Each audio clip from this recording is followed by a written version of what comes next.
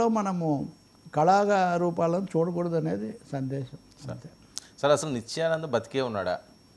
ఇది చాలా మందిలో వస్తున్న అనుమానాలు చర్చకి కూడా తావచేస్తున్నది. కోర్టు విచారణకు హాజరైన శిష్యురాలు ఆయన అసలు ఎక్కడికో ఏదో ఒక దేశం సృష్టించారన్నారు, అది అన్నారు, ఇది అన్నారు, చనిపోయాడు అన్నారు, బతికారన్నారు.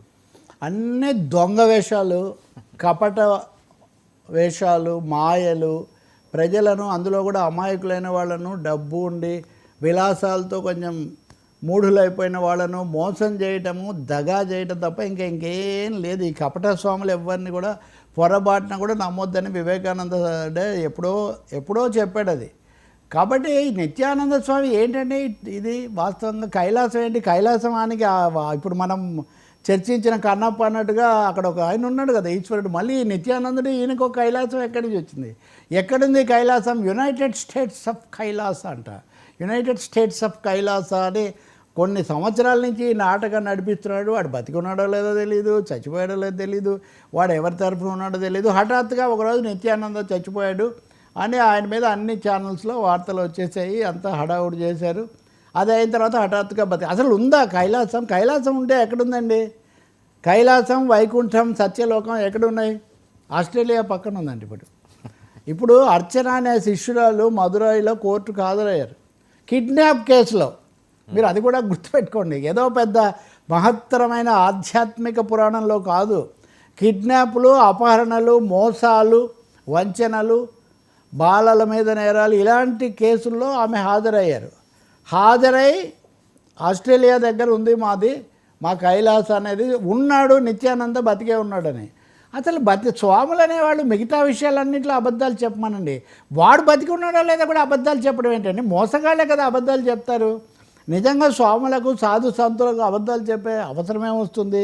ఐక్యరాజ్య సమితి కూడా దీని మీద చర్చ. అమెరికా వాళ్ళు ఎక్కడ ఎవరు చూసినా కానీ మేము ఇది పెట్టి కనుక్కుంటాము, పట్టేస్తామంటారు కదా. ఆ దేశంలో అనేక నగరాలు ఈయన యునైటెడ్ స్టేట్స్ ఆఫ్ కైలాసతో టైఅప్ ఏంటండి? అసలు ఆ దేశం ఎక్కడుందో తెలియదు, దాని పేరేంటో తెలియదు, అది ఉనికే లేదు. అటువంటి దాంతో వీళ్ళు టైఅప్. వీళ్ళ తరఫున ఐక్యరాజ్య సమితిలో అంటే ఎవరైనా వెళ్ళొచ్చు. వర్మ అనే ఆయన ఒక పెద్ద అసోసియేషన్ ఇదంతా, అంటే మీరు కూడా ఒక ప్రాతినిధ్యం కోరవచ్చు అక్కడ. అటువంటి దానికి వీళ్ళు ప్రతినిధులుగా వెళ్తారు. అయినా ఎవరేం విచారించరు.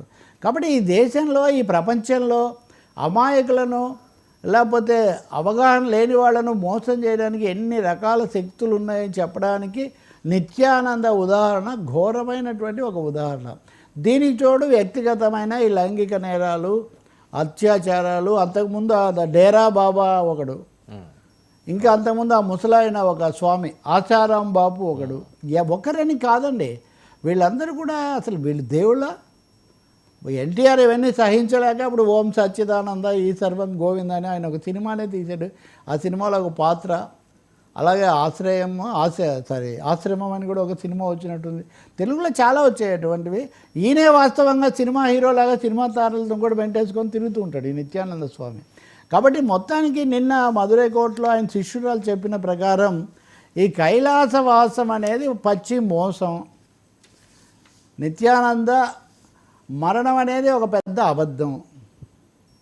మరి ఇన్నున్నా ఆయన ఎందుకు పట్టుకోవట్లేదు? భారతదేశంలో ఉన్న ఈ గొప్ప పోలీస్ వ్యవస్థ కానీ, ప్రపంచ పోలీస్ వ్యవస్థ కానీ ఎందుకు పట్టుకోవడం లేదు?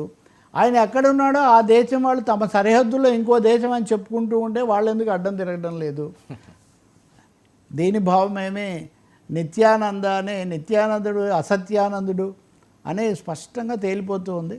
ఇప్పటికైనా బయటపెట్టాల్సిన అవసరం ఉంది. నిత్యానంద, రత్యానంద, హత్యానంద ఇది ఆయన నామధేయాల దండకం అన్నమాట. ఘోరమైన విషయం. సార్ ఒకే దేశం ఒకే ఎన్నిక, చంద్రచూడ్ మద్దతు, జమిలీ ఎన్నికలు జరిగేనా? ఇది ప్రచారం జరుగుతున్న విషయం. ఎందుకండి ఇప్పుడు